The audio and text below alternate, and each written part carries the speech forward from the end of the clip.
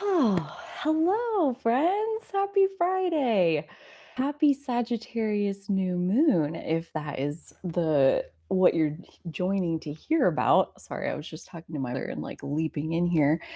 Um, we do have a Sagittarius new moon coming up. New moon is also when the sun and the moon are in the same sign together. So that is where the moon becomes new. It's also the darkest part of the moon's cycle throughout that month is when it's right up against the sun, because at that point, the sun is kind of outshining the moon. So the moon is in pretty much total darkness when it's new. And so when it's Sagittarius season, we are having the Sagittarius new moon. And there's so much energy going on within this new moon and really within the skies at this point in general. There is something big opening up within the world right now. There's like, I think it's also a matter of coming off of eclipse season. So, with the Scorpio season wrapping up, having our new moon and full moon in the signs with the north and south node, that's what makes those eclipses so powerful, is that we have our collective fate, the north node, involved. And I really got me thinking as we come off of these eclipse season and come off of these eclipses that there is so much happening in Taurus and Scorpio as we're having this cycle over these 18 months, and how it you wouldn't normally think of Taurus and Sagittarius as like going hand in hand and like really supporting each other, but it really got me thinking about how this Taurus North Node journey is setting us up to have a massively powerful shift at this Sagittarius new moon. And part of that is coming into our bodies. That is ultimately what um, the Taurus North Node is wanting us to be in our bodies and embody the divinity and the power that is us, to embody that as fully as we can. And when we embody more of our whole self, it's much easier to feel what things are in harmony with our soul and what things are not in harmony with our soul. And Sagittarius season, there's a lot of different connotations to all the signs, but when I think of Sagittarius, I think of two things. I think of new horizons and beliefs. So, within new horizons and beliefs, like a new horizons in our belief system, basically. And when we're more in our body, when we can feel our soul viscerally in our body, it is so much easier to basically call bullshit on the things that don't resonate with your soul. So, like with the Taurus North Node, we are developing a stronger and stronger and stronger ability to feel our body giving a full body yes or not. Basically, that's a no. Either it's a full body yes or it's a hell no. And so the full yes, the full body yes, feeling that energy sink into your body and just it lights you on fire. You have to pursue it, you have to go after it. Taurus North Node builds this ability to say the full yes, to feel the full yes inside of us. And that is really helpful for kind of sorting through our belief system as far as what is in there because we truly do believe it in the core of who we are, and what is only in there because these are patterns and lessons that we signed up to absorb when we got here so that we could help break them, so that we could help poke some holes in the truth of some of these very traditional belief systems. So, our beliefs are typically, unless you're like really, really, really ascended, I guess is the word I want to use, most humans, I would think, never really reach a point where their beliefs are 100% only their soul beliefs as opposed to like no more conditioned beliefs left in the system. I think we all have conditioned beliefs, some that are encoded in our DNA even. Like I think about our amygdala and how like I was on my walk yesterday and I'm walking down the road and I see the world's tiniest little snake in the center of the road. And I saw it in plenty of time and it was just laying there. It didn't move at all. And still I gave it the widest like walk out into the grass to like get around this snake because in my body I could feel fear. And it's like I've never even touched a snake, let alone been attacked by a snake, and there is something deep inside of me that is afraid of snakes, and that is because they have attacked my ancestors. They have caused massive harm and damage to people in the past, and so our ancestors, they, like, had these fears encoded in them, and those fears become part of what we inherit through our actual genetic material. So, the things that are inside of us, as far as conditioning and part of the human earth school, like, I don't know if we ever really outrun that so much as every time we work with it, we unpack another layer and another layer and another layer. And so, with the Sagittarius new moon, I do see the new horizon of our belief system. And when we think about our beliefs, two things. One, a belief is just a thought we continue to think. So beliefs aren't anything fancier than that. They're just things that we believe to be true. They're things that we think often. And because we think them often, we probably have some good evidence to support that it's true. And then we believe it's true. So we think it even more often and we try to tell it to other people. Truth, beliefs, it's kind of a gray area as far as, like, in order for a thought to turn into a belief, that individual has to believe that it's true. That doesn't make it true, and it doesn't make it true for anybody else ever.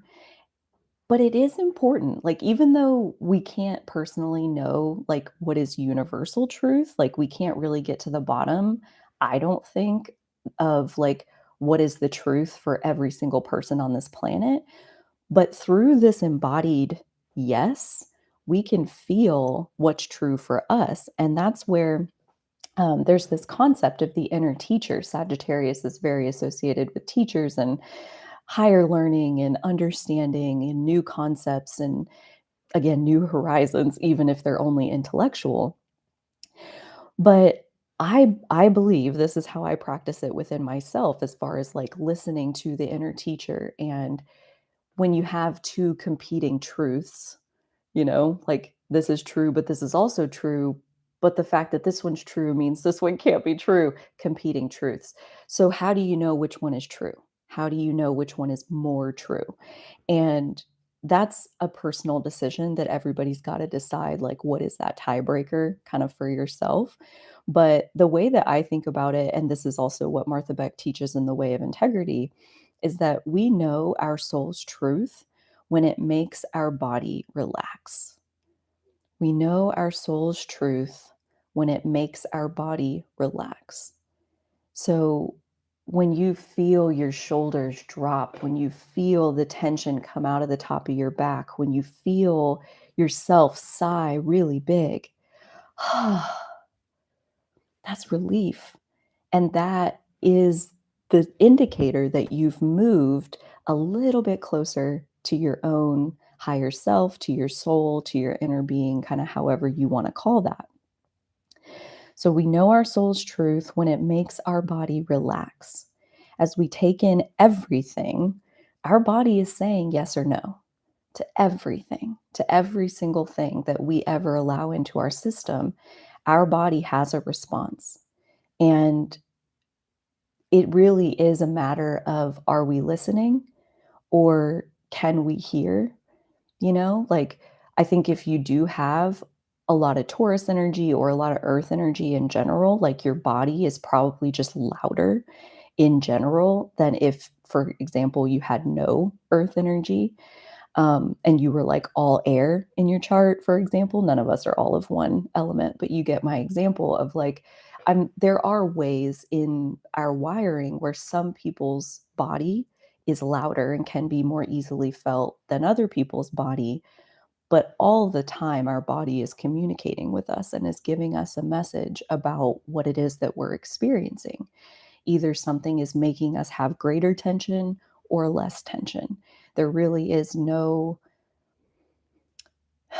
even though basically every single thought is neutral, by the time it enters our system, no thought is neutral because of our beliefs. So every single thought that comes in gets compared to what do we believe to be true. And it's like we were talking about on the live stream last week with anger. We don't just get to anger. And our beliefs, our Sagittarius energy is a big piece of that assessment of the experience that lets us decide, is this a good thing or is this a bad thing? Is this really, really good or is this really, really bad? That assessment is mostly based in our belief system. What do you believe is good? What do you believe is bad? Nothing really in Earth School is good or bad. Our beliefs tell us what is good and what is bad. And that's where, again, I go back to, if we're mostly believing in alignment with, let's say, a religious institution that has rules and eternal damnation for those who break the rules, or some other kind of threat that they're hanging over people's heads to try to get them to believe in a certain way.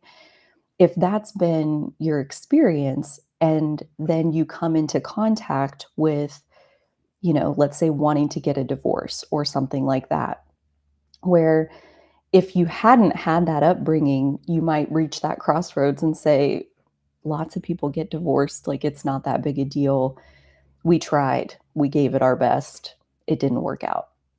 Whereas if you've been taught for decades potentially that people who get divorced go to hell, this thing happening to you of like coming to a crossroads where you're facing divorce, it has a completely different effect on you if you believe that this is something that sinners get punished for all eternity for.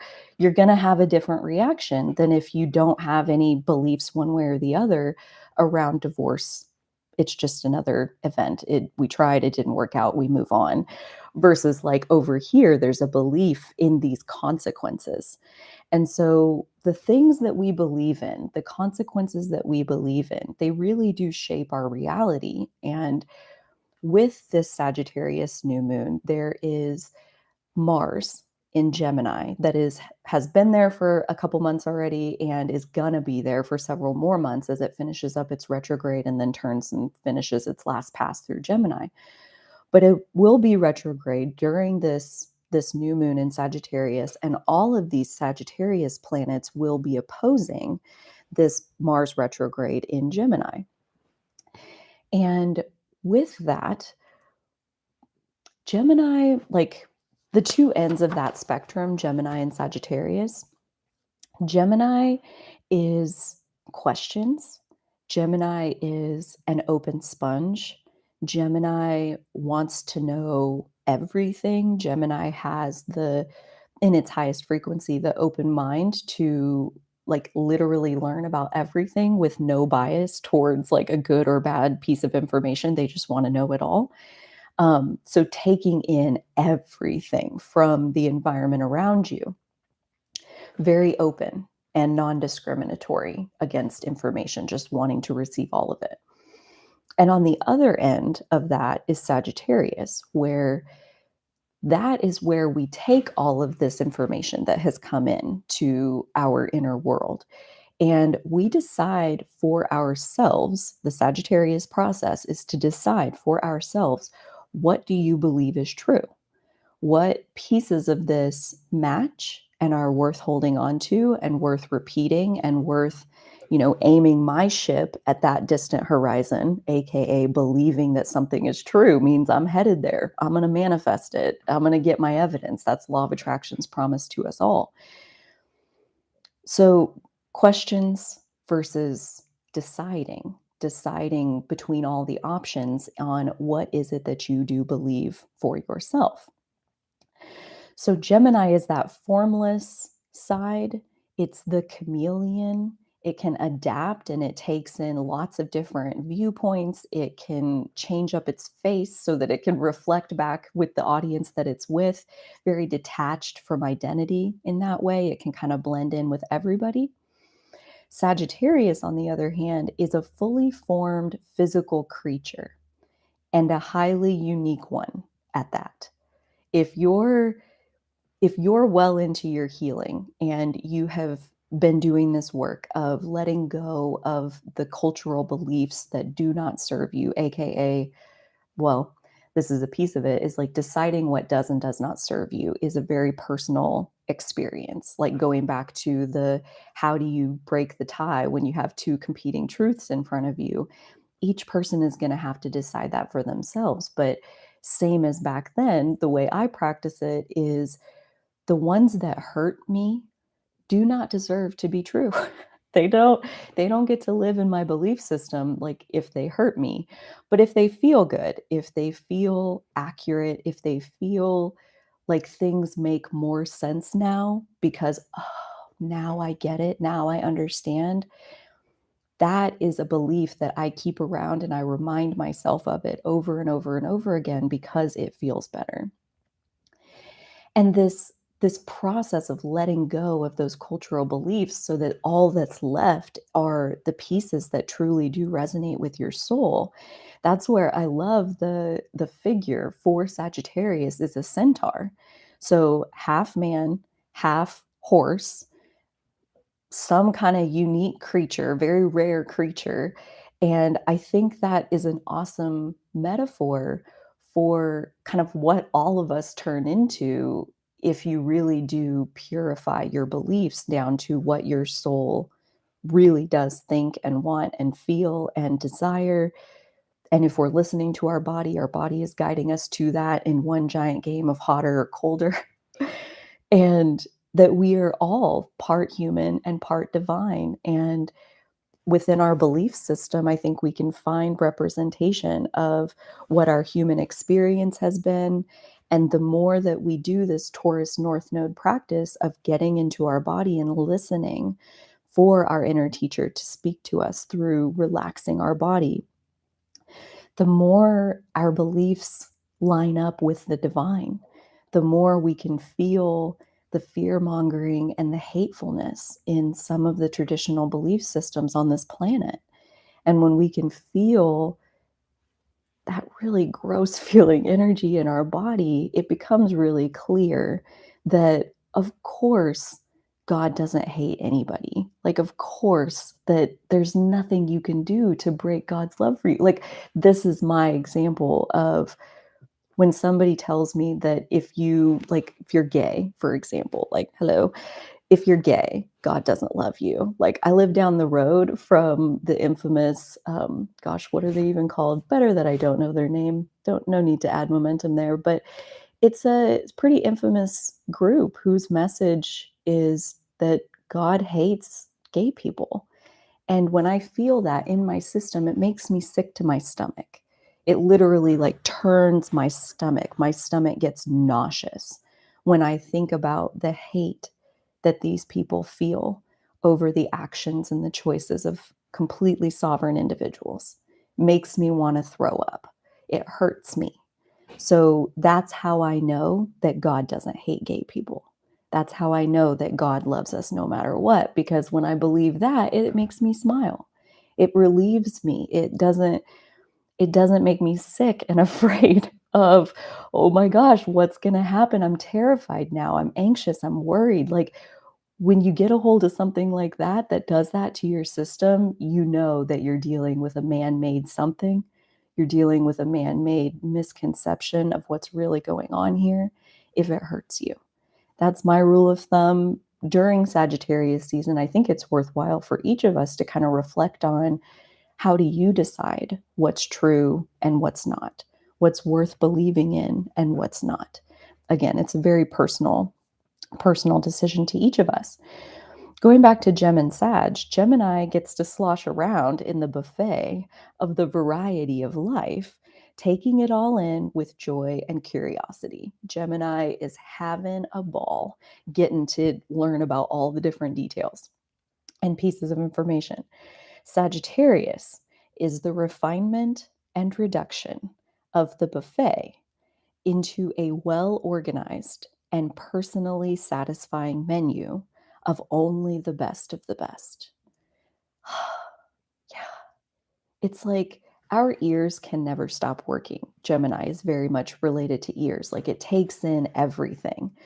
But Sagittarius, like with the bow and arrow and like us taking the arrow and putting it on the thing, the bow, the thing, and pulling it back and picking a target and taking our time to line it up and then releasing it at a specific target. That's, I think, again, a really awesome metaphor for what it's like when there can be so much noise going on in the world, and there is. But it is up to us what we point ourselves at, the distant shore that we think is valuable enough to go after, the belief that's true enough to repeat it and repeat it and repeat it and repeat it and manifest it into truth, that we each get to decide. We are not a victim of our circumstances. We are not a copy and paste job of what our parents believed. We're just not. We're sovereign creatures. We are fully empowered beings, whether we're living like that or not. And so this Taurus North Node piece feels intimately connected to what is coming next, what this new horizon is opening up for each of us. And it feels also very related to the Scorpio South Node end of things, where we had our most recent new moon was the Scorpio new moon in Scorpio with the South Node. And it feels like a piece that clicked in, and I'll just like offer this in case it like resonates for anybody else, but like a piece that clicked in for me was it is incredible how Sagittarius and Scorpio fit together and how as we set intentions for Scorpio and as we reach for like a greater depth and a greater authenticity and transparency and boundaries and sacred space within relationships, like as we reach for the deliciousness that is the intimacy of Scorpio, I really do believe that what we find, like when we look around at the intimacy of our lives, if we are fed and fulfilled by that, our Sagittarius energy is relatively quiet. And if we are missing something within the intimacy of our lives, if Scorpio is looking around trying to connect at a truly soul to soul level with somebody else, like that deepest desire of Scorpio energy to merge fully with the beloved, like basically I guess I want to say if the beloved is there, if you're merged, like you're probably not going much of anywhere, as opposed to if you're hungry, if there is something is missing, like even if it looks on the surface like you have everything, but deep down in your heart something is not there, this Sagittarius new moon is going to show you. It's going to give you a glimpse of what is that other shore, that if you can go there, if you can take that journey and move in that direction, that the missing piece will be unfolded and revealed to you along the way. And that's a message that came through this morning around that distant shore and that unknown shore, and how, like, well, it reminds me of taking the Abraham cruise in 2017. And long story short, I have a 30-minute podcast episode about this story where I like really lean into the deliciousness of the details because it was one of my favorite stories to tell. And that episode is called The Joy is in the Journey, which is so perfect for Sagittarius season.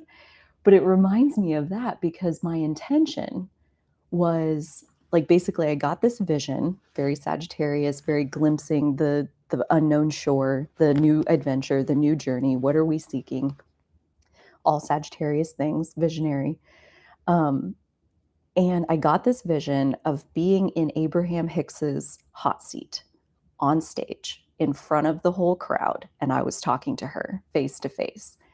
And I got that vision and it felt like life. It felt like, oh my God, I've never wanted anything more than to figure out when and where am I going to have that conversation with her.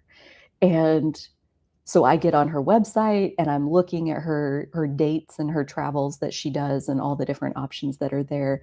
And I get an idea looking because like there's like a whole list for all the events that she's going to do. And I'm like, how am I ever going to decide where to go? And the idea occurred to me, wouldn't it be cool if that conversation happened on the 1 year anniversary of when you found her, which at that time was about 7 months before that. So I had about 5 months until this 1 year anniversary point. And like, what if I could sit in front of her 1 year after finding her and tell her how powerfully and profoundly she had changed my life? What if I could do that? That would be amazing. That would be so freaking cool. July 9th, 2017, where's she going to be? And I look on her website and she'll be 2 days into her Alaskan cruise. I guess I'm going to Alaska. Like, that's how I decided that I need to go on the Alaskan cruise, because I was going to be in front of her on July 9th, 2017 to celebrate my 1 year Abraham anniversary, Abraversary, or whatever they call it. And I booked my ticket and I was going. I'm going on an Abraham cruise in July to Alaska. Okay, cool. Let's do it. And this is where the long story short, like, I didn't get in the hot seat. I did raise my hand a few times, and it sounds really funny and like out of context, like would make no sense. But like, if you're with me, you get this. Like, raising my hand was the scariest thing I had ever done, ever. And the first 2 times I did it and she picked someone else, the relief that I felt wash through me, like, brought me to tears. I was so grateful. I was so fucking grateful that she didn't call on me. Oh my God. Like, thank God I don't have to go up there. I can barely breathe. And all I did was raise my hand. There's no way I can go up there. And so I gave myself this pass where this is where it really sank in that the joy is in the journey, because I decided that I'm here. I'm here on the most magical vacation of my entire life thus far. And I got here because of this vision. And if I'm really too scared to raise my hand and go up there, that's okay. I'm still having a magical experience, even if I decide that I don't want to face that fear. I believe it was at the second to last session, might have been the last session. It was for sure the second to last day or the last day of the cruise. And something came over me and I got inspired. Like, one of the, multiple times in each hour segment, she takes different volunteers. And one of the times that she's like, all right, who's next? Like, my hand went up and I'm like, oh my God, what have I done? What am I going to do? Oh my God. But like, my body just did it. It was like the full body yes. The body was doing it without me having to tell the body to do it. So I guess my hand is up now. And she's looking.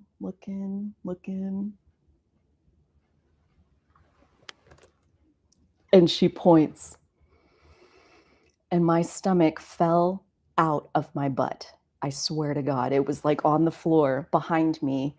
And I felt all the blood drain out of my face. I felt sick. I felt like I was like actually gonna throw up. And then I hear the person behind me like basically giggling and like making their way out. And like, it's the person that was right behind me. It wasn't me that got called on. It was the person right behind me. And again, I was just like, like, so grateful that I didn't get called on, that I didn't have to go up there.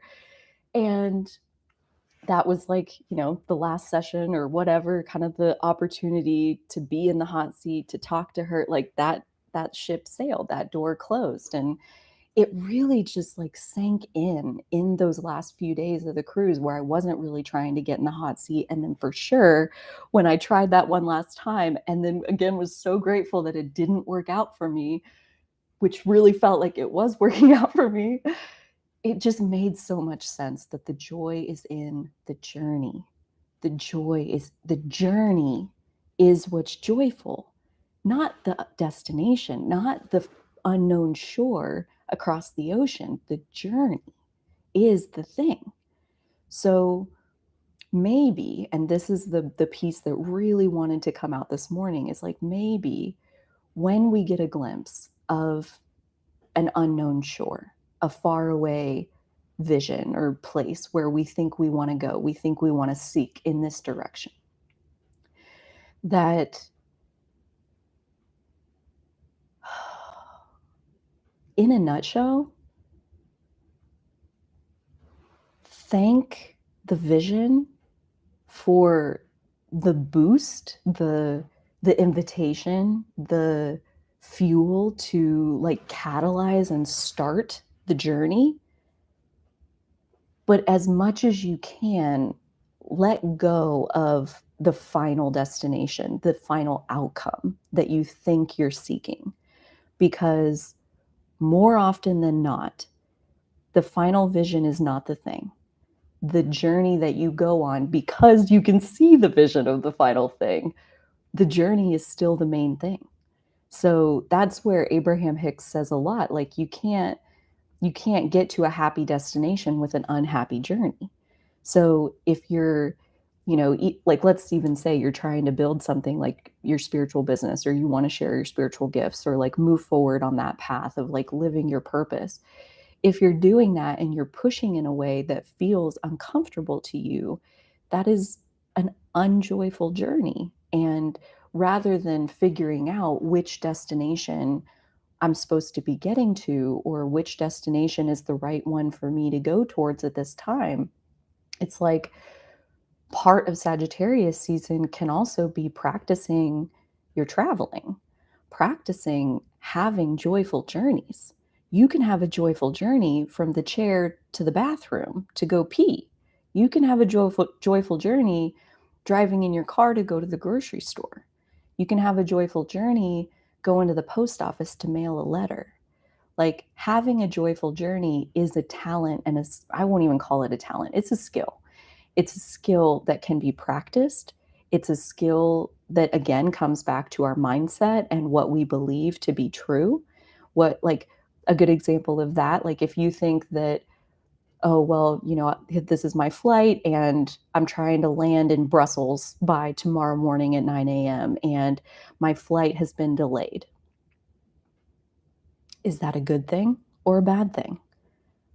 Depends on your beliefs. Like if you believe that I absolutely have to be in Brussels by tomorrow morning at 9 a.m. and now my flight is delayed or canceled and is not going to get me there, I might have a meltdown because I believe I have to be there and I can't be there.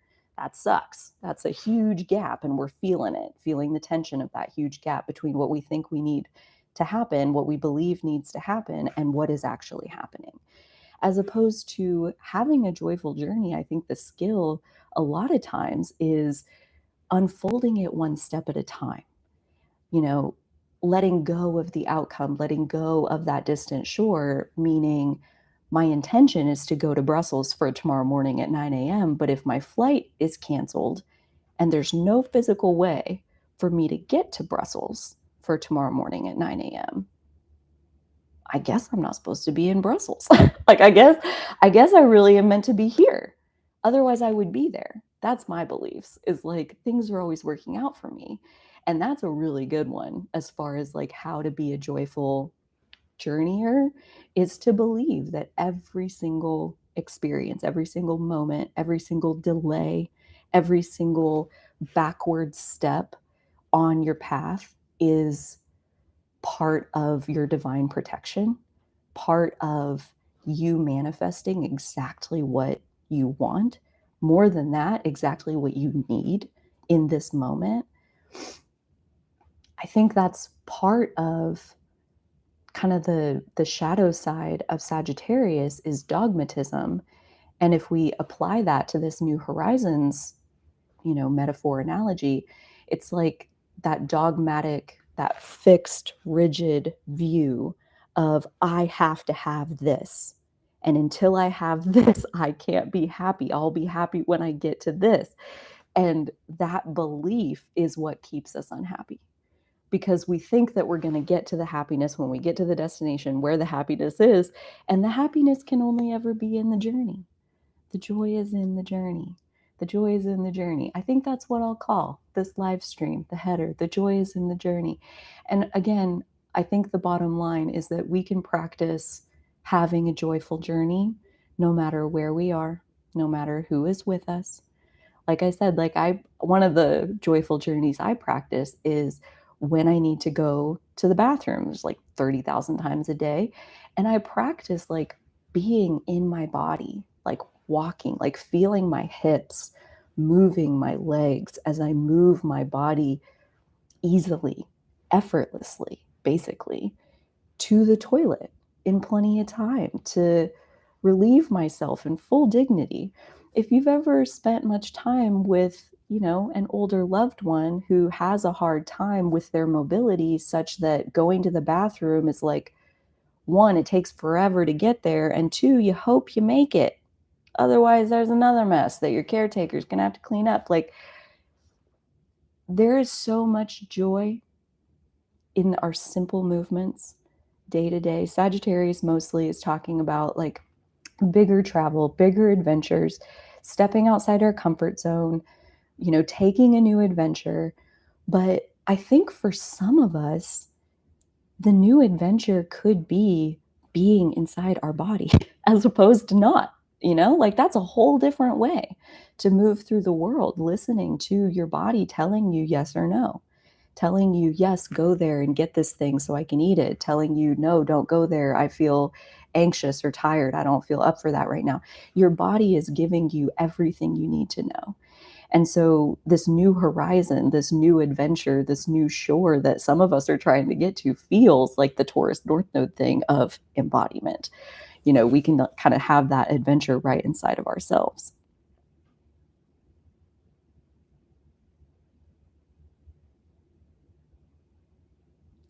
So, to kind of like summarize and wrap it up, I think a soul stirring question for us all to contemplate over this Sagittarius season in general is what are the criteria for choosing what you believe? What are the criteria for choosing what you believe? And for me, I know all I can talk about is what I've found that worked wonders for me, and that's to just let my body tell me, to literally let it be that simple. If something feels yucky to my body, I stop that thing ASAP and pivot towards what feels to my body like relief and relaxation and love and ease. That's my system. It's that simple. Does my body feel yucky? If yes, then something has got to change. Something needs to happen here. And if my body feels good, then all is right in the world. I don't believe anything that hurts me. I try not to believe anything that hurts me. That's my main criteria as far as a belief that needs some tweaking. If it hurts when I think about it, if it hurts when I believe that that thing is true, then that's where the questions need to come into it. That's where I need to, get back on the Gemini side of curiosity and detach from my identity. Sagittarius is deeply ingrained in identity. And so, in order to tweak our beliefs, we mostly have to be on the Gemini side, asking questions, listening, feeling, receiving. And again, that's kind of where it goes back to what are the criteria for choosing what you believe? There are lots of different ways out there that you could come to your own personal conclusions about what's true. But if something feels yucky in my system, I try to question it. That's my profound advice for Sagittarius season. Um, I think there's something coming for all of us, and it's big. It's really big. And even I feel like I just want to reiterate that point of like, even when the nudge of your intuition is pointing you towards something that either you don't understand or you don't have a really good reason why you would want to seek that thing, or if I do go in that direction, that's putting me at odds with other people. Like, I'm going to look weird if I believe this thing, even though it feels really good to my system. I'm worried that other people are going to judge me. Like, there are a lot of ways to explore our new horizons in this Sagittarius season. And even when the nudge feels small or random or controversial, I I practice listening to those nudges no matter what, because you never really know why why you're supposed to take that journey. Even though it is the vision of the other shore that makes you start the journey, it is the experience of being on the journey that you're actually there for, and you won't know what that is until it's unfolding. And so, the main thing that I want to say is if there is a new horizon that you have been contemplating, exploring, something that you've known for a while that you want to do that thing. You have curiosities, you've always wanted to go there, whether it's a physical place or some kind of hobby that you want to try or some kind of creativity that you want to tune into. This is the time. This is the time, and that it will unfold itself nudge by nudge by nudge.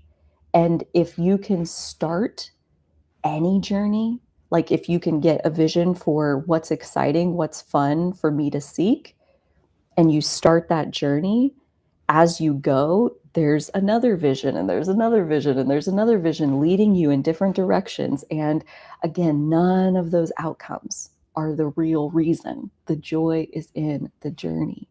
And we won't know what joy we're actually there for until we start, until we begin unraveling the pieces. And so that's where, Sagittarius is very big picture, very like ruled by Jupiter, very like confident and optimistic. And that's why I say now's the time. Now's the time to like leap, like take that leap of faith. Jupiter, also faith.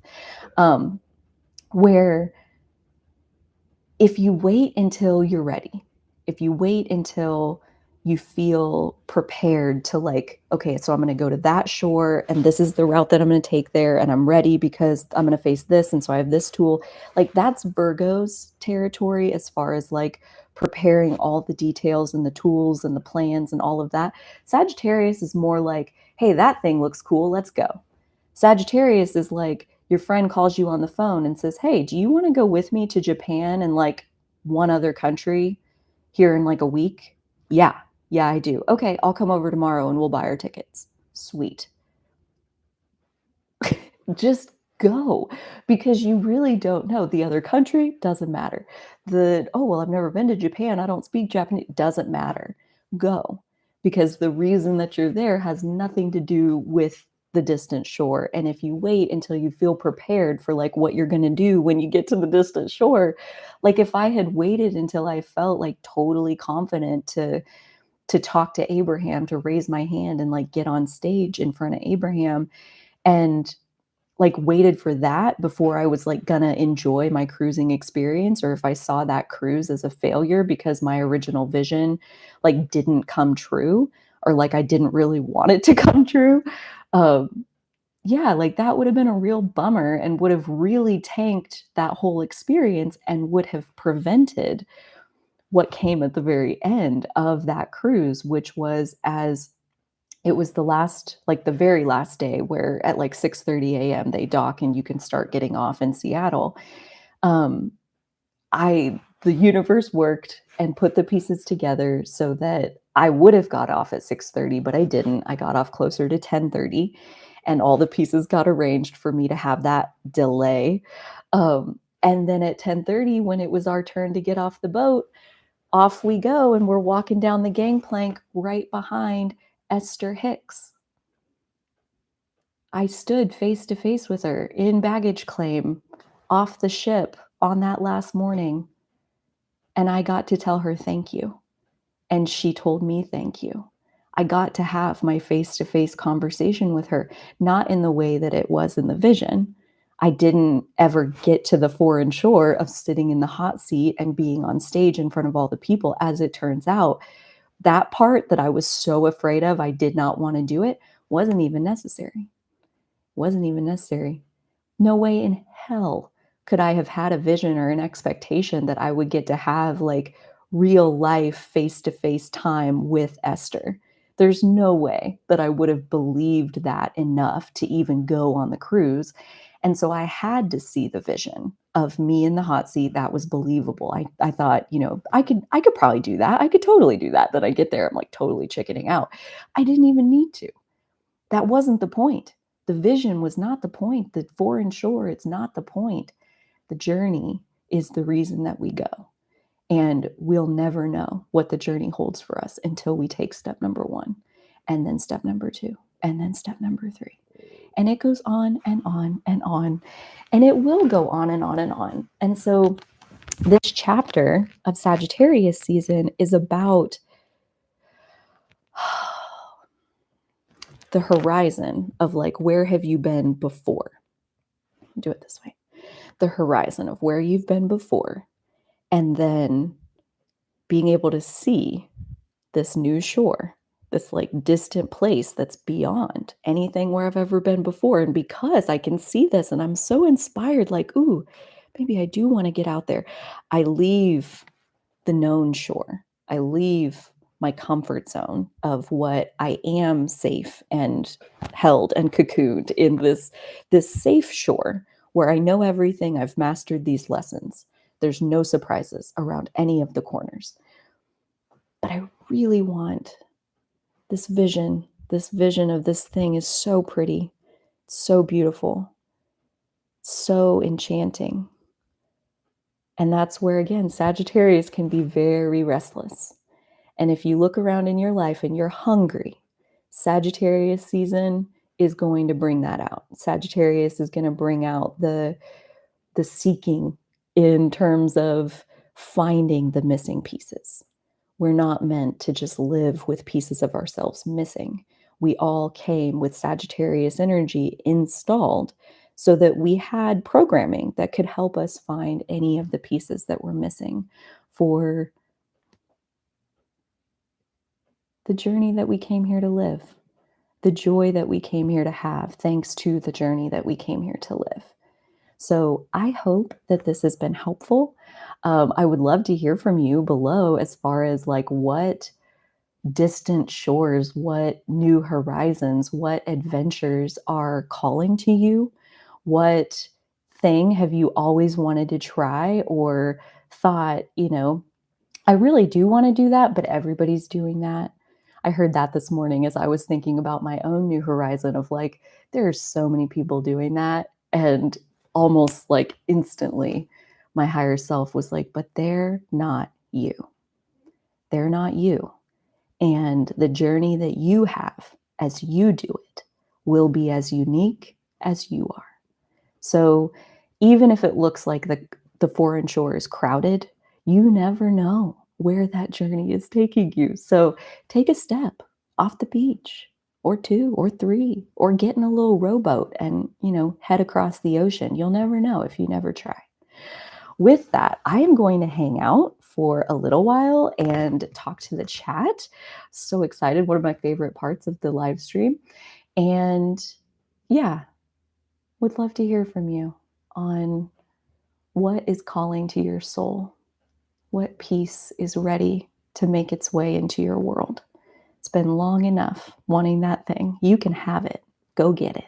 Use your Sagittarius energy. Seek what is seeking you. Gonna go back to the top. Oh, Irene says, this eclipse has been powerful and awesome to me. Oh my God, I love that. Oh, mm. Ooh, interesting about the snakes. My mom is very much like that with snakes. Maybe it's because they were damned through Christianity that gives you this fear, the snakes. I didn't grow up with religion of any kind, so I don't have like nobody taught me that any animals are bad. That's yeah, that's why like my fear of snakes is so funny to me. I just like think they're gross. It's like why? As I was walking today, I realized that when I came back on my walk, like my walk is just down the road and back. So I passed that same spot and the snake wasn't there. So I think the snake was playing dead because the snake was even more scared of me than I was of the snake. I mean, it's just a little snake. Um, and oh, dang it, what was I going to say? Oh, yeah. So when I realized that this morning, it was like that I realized that the snake had been traveling across the road and saw me coming or heard me coming and like played dead to like not attract attention to itself. And like I just made my way around it and like keep on going. And then obviously after I was out of range, he like kept on going to the ditch or whatever. Um, but it really like softened me through my fear back into compassion for the little snake who had to play dead because he was so afraid of me. And I think about myself and like, you know, even if I wasn't afraid of snakes, there's no way I could ever hurt one. And how the snake was scared of something that he didn't need to be scared of. And it really just like made me feel this like overwhelming empathy for the snake because I know that there are so many times in my life when I am being scared of things that I should not be scared of. Like if I had the bigger picture view of what was really going on, I wouldn't be scared of that thing. And so it really just like, I don't know, now I have this association with snake energy where it's like maybe snakes get a bad rap. Maybe just like you sometimes, like people think you're one way and you're really not. And if they would tap into your consciousness, they would see something very different than just their preconceived ideas and beliefs about who and what you are. So, yeah, the little snake that I met yesterday on my path, he really deepened my compassion towards snakes, which lessened my fear. It was awesome.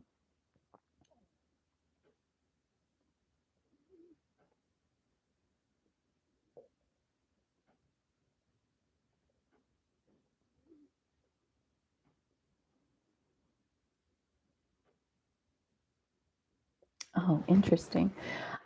Uta says, I'm great at going with the flow and do believe that things are always working out for me. Just don't always seem skilled at setting a destination for my journey.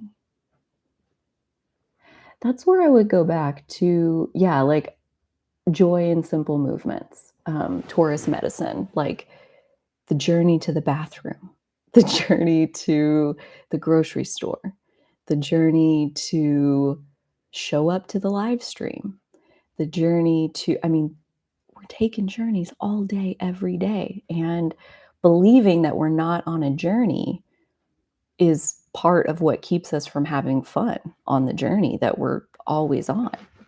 You know what I mean? Taurus medicine. I love that. Yeah. Listening to my joy and following its direction guides me. Yeah, like one little bit of fun at a time. Like I think about when I got that vision of going on the Abraham cruise. Like I wasn't trying to come up with some big grand journey for myself. I was in a zone. Well, still try to be in this zone, but like in a zone of practicing what would be fun for me right now. What would be fun for me right now? What would be fun for me right now? What would be fun for me right now? And just constantly coming back to how can I make this more fun? How can I make this more fun? And when I surrounded myself with that energy, I think that is like what tuned me to this vision of going on that cruise, because I'm telling you, that cruise was like the most magical, however long it was, like 8 days or whatever, like most magical week of my life. And in order to like be a match to that, I basically was journeying. I was having a joyful journey. I was practicing having a joyful journey all day, every day.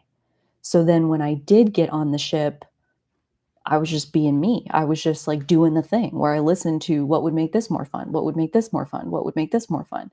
And once I was on the ship, it was like, what would make this more fun? A glass of champagne would really hit the spot. What would make this more fun?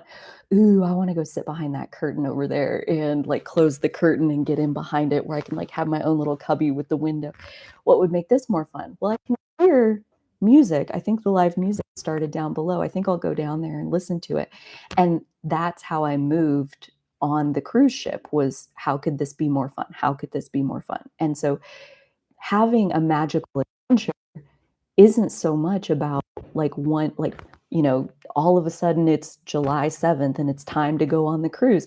It's like July 6th was magical, July 5th was magical, July 4th was magical, July 3rd was magical. Like every day, all day long, we can be practicing finding the joy in our journey, whatever journey we're on, even if the journey we're on right now is walking to the bathroom or go into the kitchen to get a drink of water. That's a journey, and we can find joy in it.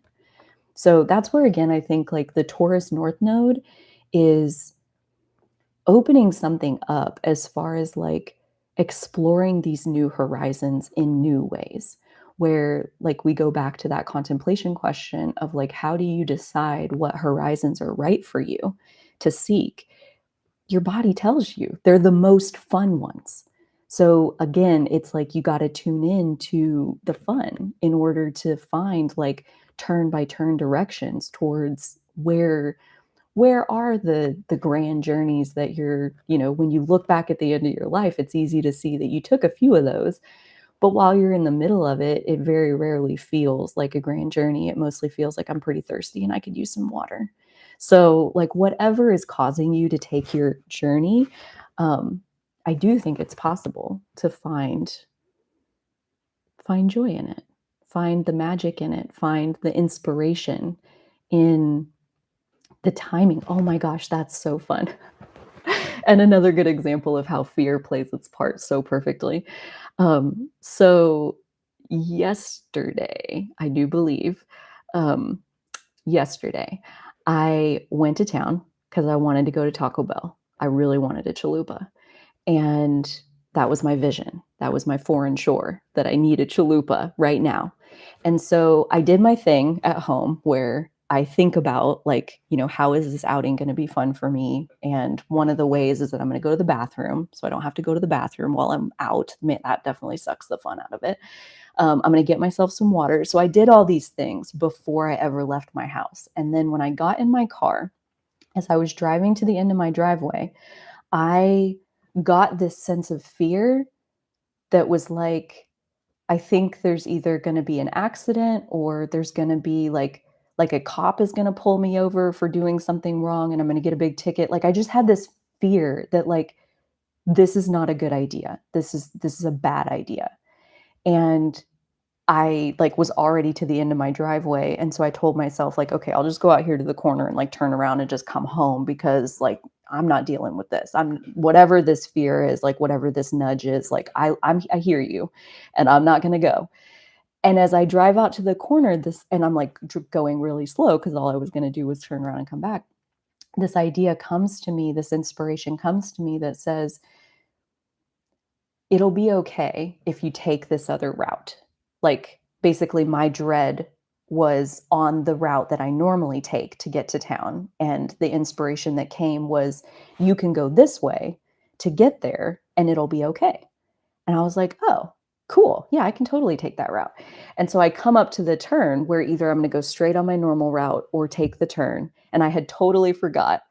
And as I'm like going up onto the road to like go straight, my hands start turning and my body turned the wheel and like made me take this direction that it had told me like don't go the normal way. You don't want to go that way. And I thought it was because something bad was going to happen to me on that route. So I take the other route, which is way longer. It takes longer to get to town then. And so I take my time. I saw a cardinal on the way and I was like, "Oh, see, right place, right time. That's nice." Finding joy in my journey of like, why do I have to go this way that takes longer and like what's happening? And as I get there, I turn into Taco Bell and I look over and my brother Sam is sitting at the exit. Like he has just gotten his food from Taco Bell and he's getting ready to leave. And so I pass by him, like the timing of us being brought together in the Taco Bell parking lot. It's like, how all the threads, all the little situations that brought that timing together for he and I to see each other. And then because I'm me, I call him. And so I talked to him for like 10 minutes while I was waiting in line to order. And I wouldn't have connected with him yesterday at all, ever on a day where I don't go see my parents or um, like go to grandma's for lunch or whatever. Like I see him very rarely. And so the universe set up this vision. I needed chalupa from Taco Bell and then used fear to get me to go a different way so that my timing would be impeccable to get what I really truly needed in that moment, which was not a chalupa, but a 10-minute lovely phone conversation with my brother because he and I crossed in the Taco Bell driving driveway. So fear on our journey, like who says it's not supposed to be there? You know what I mean? Like maybe it's exactly what you're supposed to be feeling is dread or like I don't want to go that way. So don't go that way. Slow down. Listen to what your body is telling you. And I have a feeling, even though it's giving you a warning and that's why you're slowing down, it's like, again, the vision of like where the warning is coming from, that's just the guidance. That's just the nudge to get the timing to be what it needs to be. It's not about like, oh, you're actually going to get in a really awful accident or like pulled over by a cop or whatever. Like it could be, maybe, but it could also just be a timing thing. It could also just be the way that like you wouldn't have taken the longer way if you hadn't been scared of the short way. And when you get where you're actually going, which is not actually the chalupa, mind you, when you actually get where you're going, you're going to be so glad that you were afraid. You're going to be so glad that you took the long way. And you're going to be delighted that what you actually manifested through this journey is even better than the chalupa. Like, oh, it's amazing what the universe is constantly doing for us.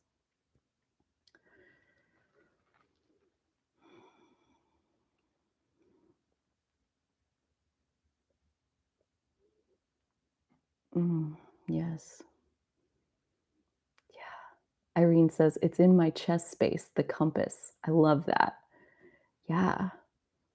I mean, I feel like we can feel in our bodies when it's like a magnet inside of us that it either lines up and it points true north and that's like it feels really good, it feels relaxing and relieving to our body. That's true north, keep going that way. And if it feels like your compass is wonky and it's like the needles bouncing all over the place and you feel dread and you feel fear and you feel bad, not that this isn't the right journey for you, but maybe this isn't the right path. Maybe we want to back up and maybe we want to go this way. So, just because you might feel negative emotions sometimes on your journey doesn't mean that the journey is bad or wrong. It's guidance, the same as the positive nudges, the good feeling nudges. Um, yeah, I think the the timing is very important to the journey and getting where we ultimately like not necessarily that vision of the outcome that we started it for, but what we actually took the journey for. like me deciding yesterday I need a chalupa. It's like, dude, who needs a chalupa? Not me, not ever. And yet I needed one yesterday. It was like Sam's soul was calling to me and it got through. And so I decided I need a chalupa so that I can go there and connect with him and we can share that space that we wouldn't have gotten to share otherwise.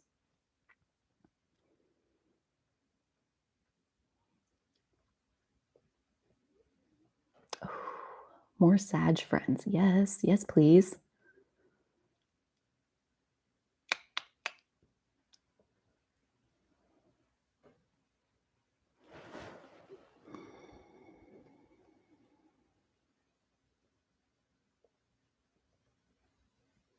Mm. I love how you guys talk to each other in the chat. It makes me so happy. Hmm.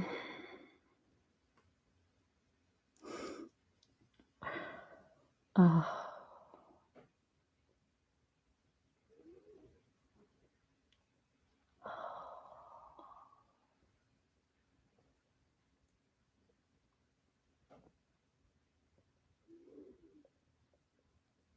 Mm.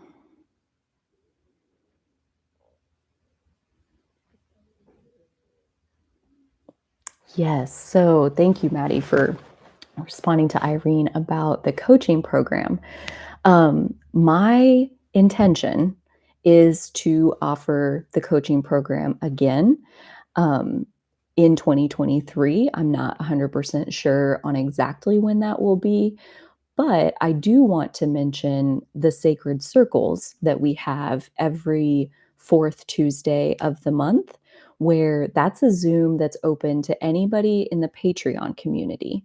So the Patreon is a pay what feels good rate, and that gets you into the entire Patreon, where one of the benefits is that we do have a live Zoom on the fourth Tuesday of each month. So that is different from the group coaching program in that I don't plan an agenda for those. It's just an open conversation with whoever is there. It is always divinely guided who is there each time and the way people are inspired to share and how one person's share can turn into a whole ring around the rosy group share of we all got that thing going on or like multiple people can resonate with what's being said. It's a beautiful space to find connection and to communicate and expand your social support in your life. Obviously, once a month isn't, we're not holding your hand all day, every day, but once a month to find connection with like hearted souls, it's for me, I've found it to be incredibly nourishing where even though it is only once a month, it's like knowing that you guys are out there, it gets me through the month until we meet next time. And then we go again. And it's truly beautiful the way that it all weaves itself together. So there's that, the sacred circles that are open, and we're doing those every month. I think, this month for November will be our 10th one. So that's exciting. And then I also wanted to mention the book club is another way that you can get into like a group Zoom situation. The book club we're doing right now is on the way of integrity, and there are four chunks of that book. And we've done the first two. Those videos are live on the channel. You can watch them anytime. If you weren't at the first two, that's okay. You can still join us for parts 3 and 4 if you want to. Um, so yeah, definitely check that out. And really just the soul aligned living meetup group in general. Like anytime I do feel like hosting a Zoom, an open Zoom to anybody, I put that on that meetup group. So if you want to subscribe to the meetup group, that part is completely free. And any of those events that are on there that you decide you want to come to, you just RSVP and the Zoom link is right there for you. So if you're looking for your expanding horizons to be bringing new people into your life and getting to make new connections, maybe those are some options. I think all those links should be in the description box of basically every video I put out. And I'll bet you Maddie has got them over here in the chat when I get scrolled down that far.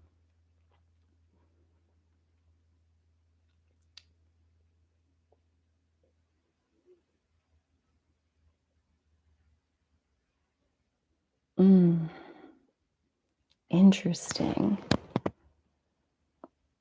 Oh.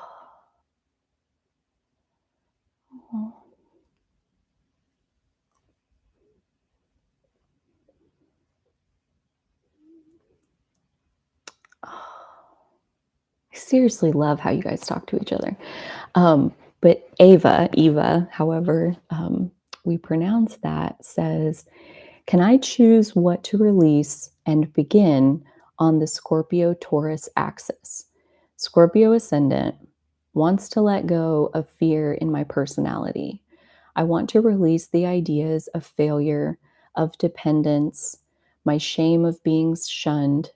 Taurus wants me to live the beauty, and Uranus there to change every day to allow what arises towards breakthroughs. Mm. I think the allow what arises piece is really key. Anytime we're dealing with water energy of any kind, to your question of like, can I choose? The depths of our unconscious, they don't so much like take requests. Maybe they do. And I just haven't figured out how to do it. That's entirely possible. But in my experience, and I'm a Scorpio descendant, so Taurus rising, Scorpio descendant. Um, but in my experience, it's like the piece that's ready to be released will come to the surface, and that it'll basically reveal itself, and the release will process like in a timing, kind of like guided timing kind of way. And so I do think, though, that the things that you're speaking about, as far as like, I want to release the ideas of failure, of dependence, my shame of being shunned, I think all of those are, yeah, very scorpionic in nature. And that Taurus North node is not necessarily releasing those things, right? When we practice our Taurus medicine, when we lean into the Taurus North node end of things, it doesn't make the Scorpio end go away, but it does build strength within ourselves, empowerment within ourselves, resilience within ourselves to be able to process the releases that are rising to the surface in the timing that they do. Um, I think, fear and pain play a really, really interesting role in guiding the timing of the journey of our lives. And especially when we are in the middle of suffering in our right now moment, meaning pain that feels endless, it can be easy to wish for the pain and fear and all of that to be removed from our experience. I get that. I've wanted that. I've wished for it myself many, many times to no success. But I love the saying, pain is guaranteed, suffering is optional. And I want to talk a little bit about what that means, as far as like, what is the difference between pain and suffering. And I do believe that it's this. And this is, again, very Sagittarian based on my own experience. What my life has led me to believe is that pain is temporary, suffering is not. So if you can find the temporary in the negative thing that you're feeling, that you've eliminated suffering at that moment. You might still be in pain at that point, but at least then you're not suffering over it, because you can see that there's an end. You won't always be in pain. There is something else on the horizon. And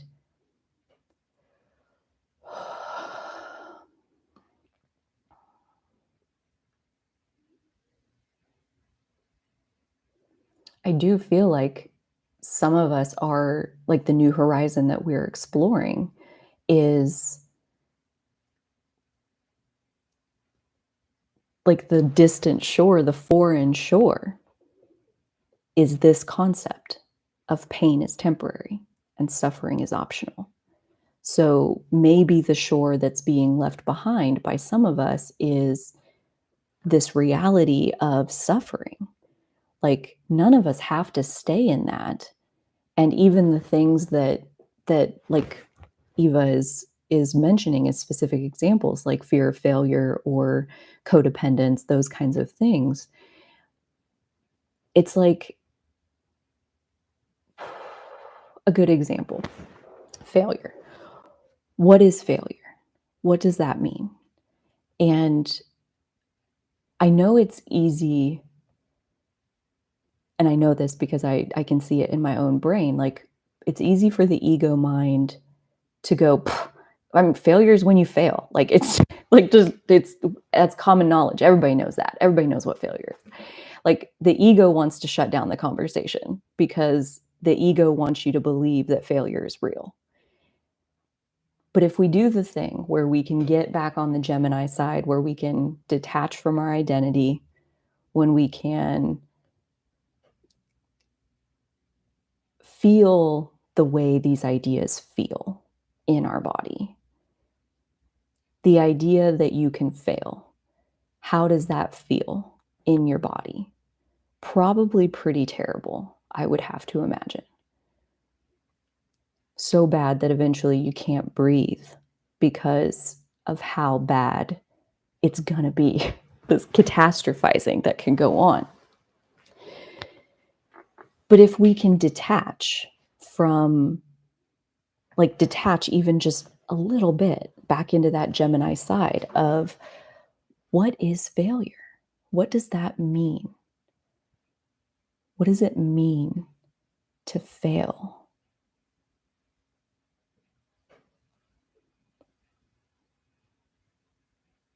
This goes back to another one that is a very personal question as far as, to share a little bit about what we're doing in the group coaching program right now. The session that we have coming up on Sunday, one of the main topics is defining success. We're going to go through this a little bit and work with what is success? What is failure? What does that even mean? Because society and our culture, and pretty much any different culture that you have around the world, has a different ingrained definition of success and failure. And like the American dream is a perfect example of success is when you have a house and a two-car garage and 2.5 kids and 2 cars, and that's success. And, most of the world, I think 100% of the old earth defines success in a material way. And for me personally, I have had the most success with defining success energetically. And energetically, meaning my definition of success is somewhere in the ballpark of success is when you know who you are, and that's how you show up in the world. Peace. That's success. Know who you are, be that. No matter what happens next, you have been successful. That's my belief. That's not for everybody. It's not, well, it can be for everybody. It's not to say everybody has to believe that that's true. Um, so when you look at success like that, my idea of failing, my idea of what failure is, like, what does that mean? Failure means either one, not knowing who you really are, or two, knowing who you are and refusing to show up in the world like that. So that's my definition of failure. And at that point, failure got a lot less scary because it's 100% within my control, whether or not I succeed or fail. It has nothing to do with how many people watch my video. It has nothing to do with, what awards I win or don't win. Like success and failure, when we're afraid of things, most likely that's some kind of cultural programming that we've soaked up that does not align with our body. Otherwise, we would feel great when we think about it.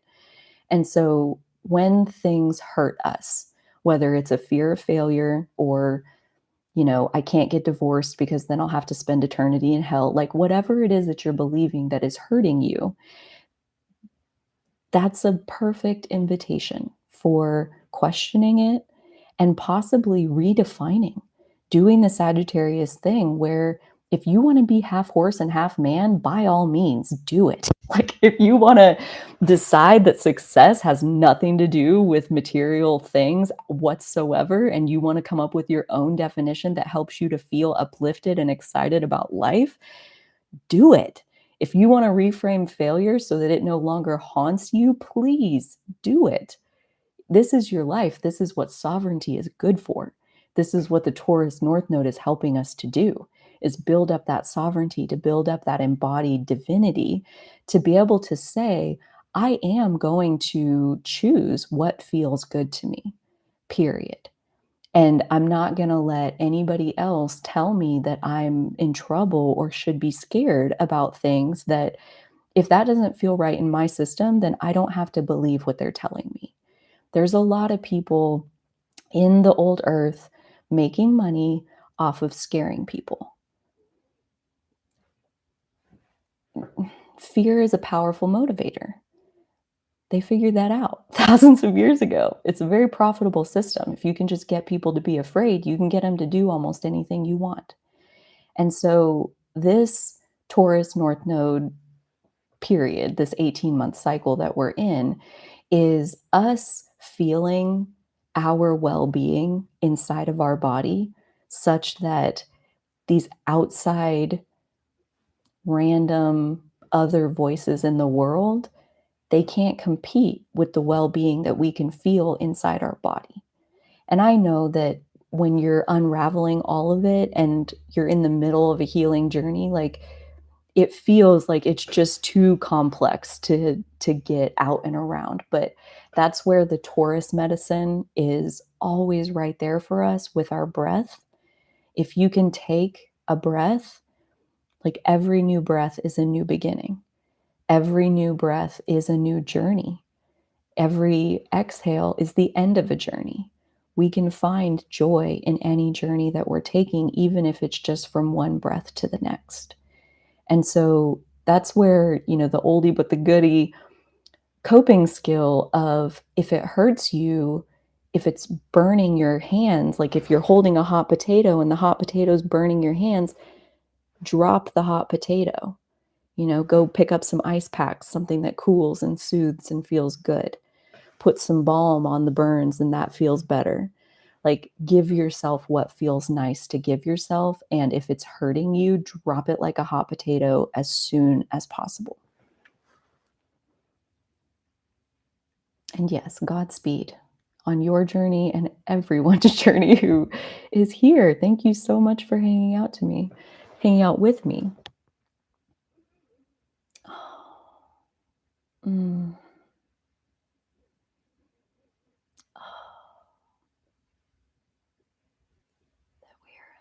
Oh my gosh, I got to read this. So Rogue Reemerged says, this could not have been more on point. Thank you so much.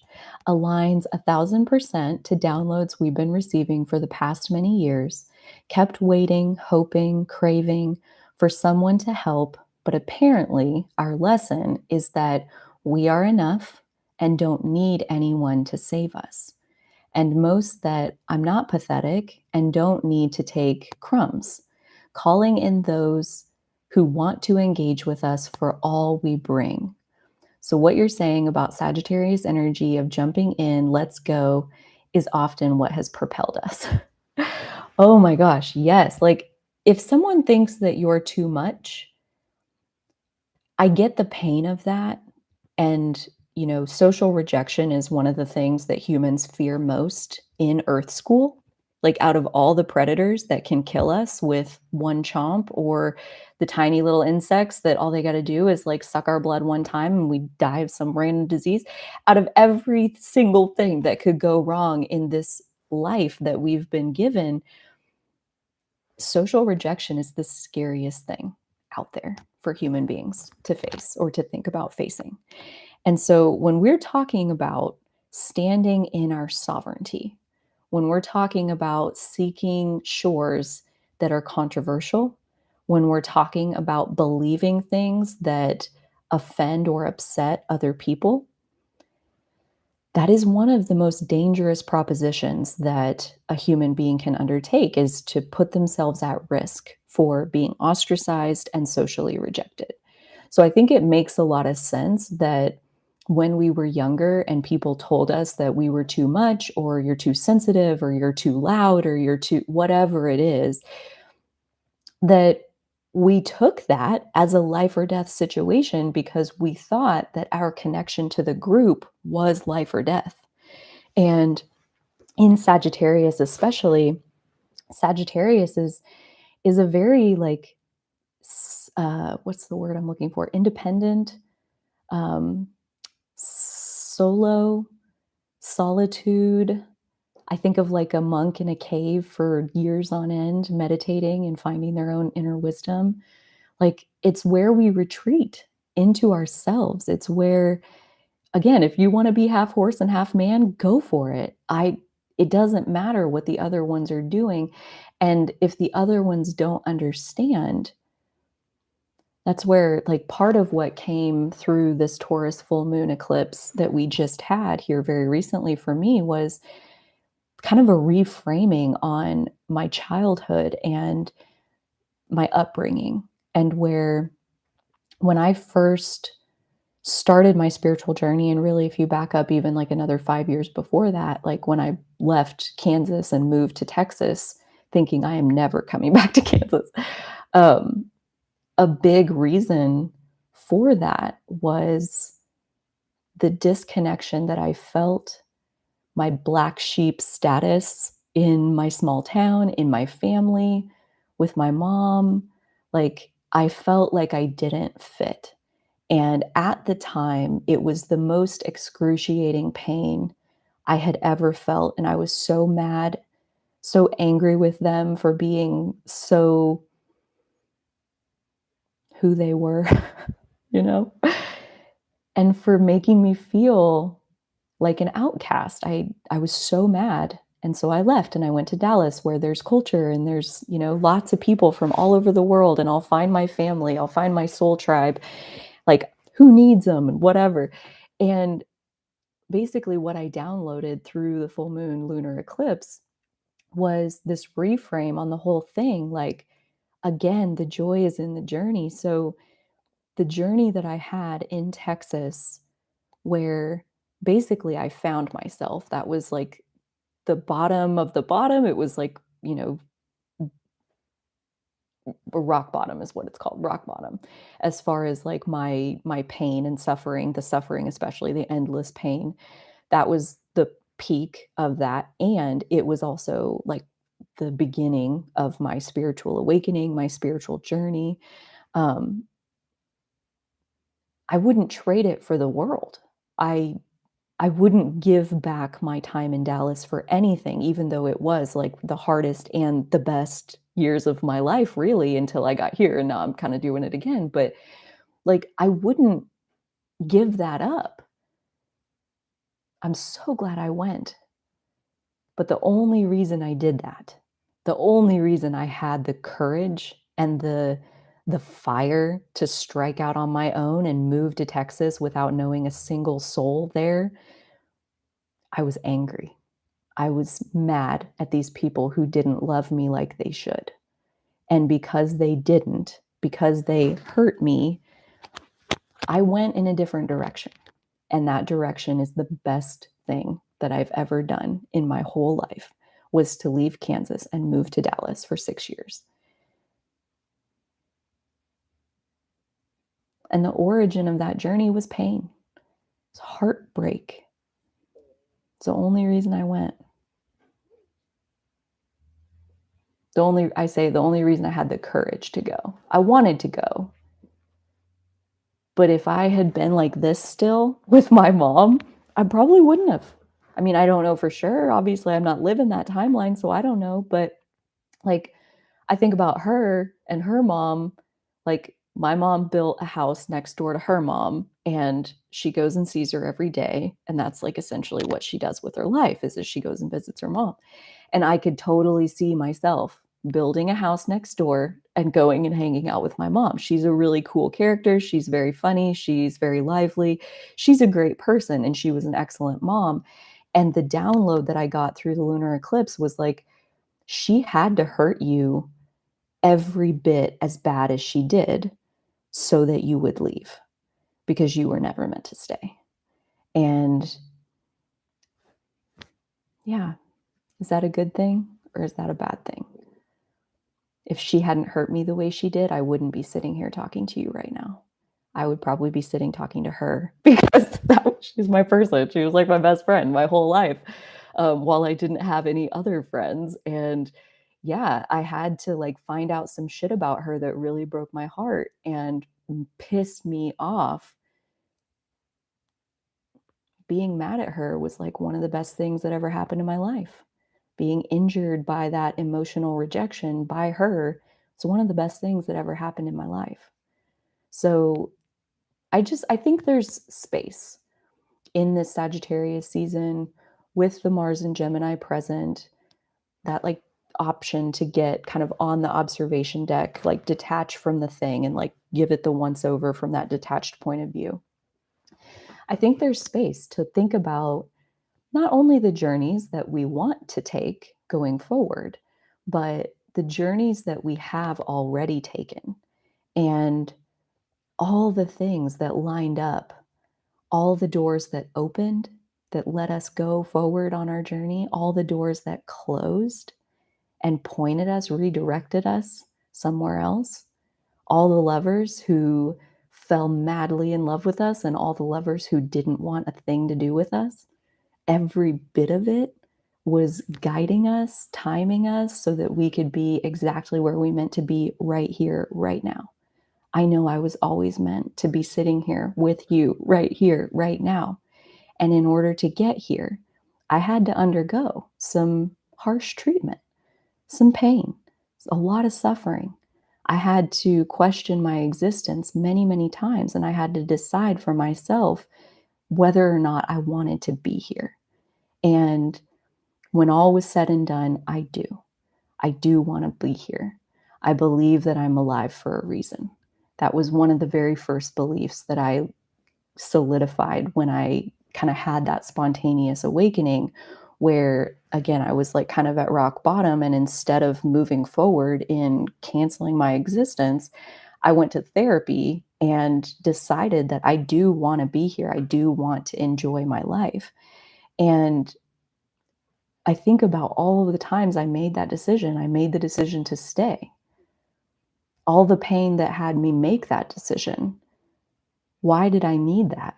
Why did I need to go through things that broke my heart and trampled me down to a puddle crying on the floor? Why did I need to do that? I don't know if I'll ever fully know in this human form, but I do know that I'm here for a reason. I do know that my life is for something, and I don't have the bigger picture yet of like the end all be all distant shore that I'm headed towards with this existence that is Carly Wharton. But I do know that the twists and turns are not by accident.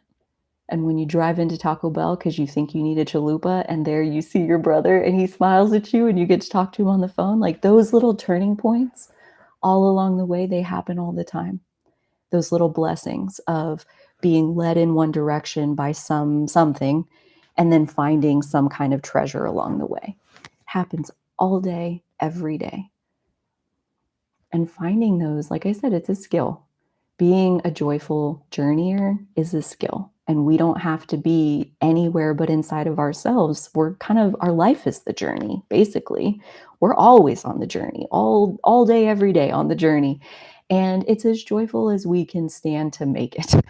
But I do think that the Taurus North Node piece of building up and practicing our sovereignty does make it more and more joyful as we go. It gives us a better foundation to be able to choose what works best for us and to not be so intertwined and interconnected with what other people are doing or choosing.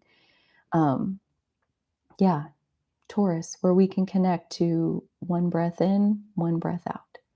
We're here, we're alive, all is well. Other than what we're thinking and believing, all is always well. And yeah, maybe these new horizons take you inward. Maybe they take you outward. I'm sure it'll be different for each and every one of us, whatever we are ready, whatever chapter we are ready to embark upon at this time. I would love to hear from you as far as what new horizon is unfolding in your world, and what do you want it to be? What do you hope it is? What are you scared? What are you scared of it being? What do you hope it's not? Kind of whatever comes up that feels good to share. I would take pretty much any of that. Would love to hear from you guys. I feel complete with this share. This has been so fun. Thank you so much for joining me. You have nearly infinite options as far as how to spend your time, and I am honored that you would choose to be here in this space with all of us souls who found our way here at this time to commune together. If you are interested in expanding that community for yourself, check out the description box for the Sacred Circle, the book clubs. See if any of that calls to you as far as getting connected. Um, if you liked this video, please give it a like. Consider subscribing to the channel if you haven't already. I'll be back next Friday with another live stream, Friday, 10 a.m. Central Time. Until next time, I do hope that you'll take very, very good care of yourselves. And so, okay. Okay, bye. Bye bye, everyone. Wishing you a joyful journey.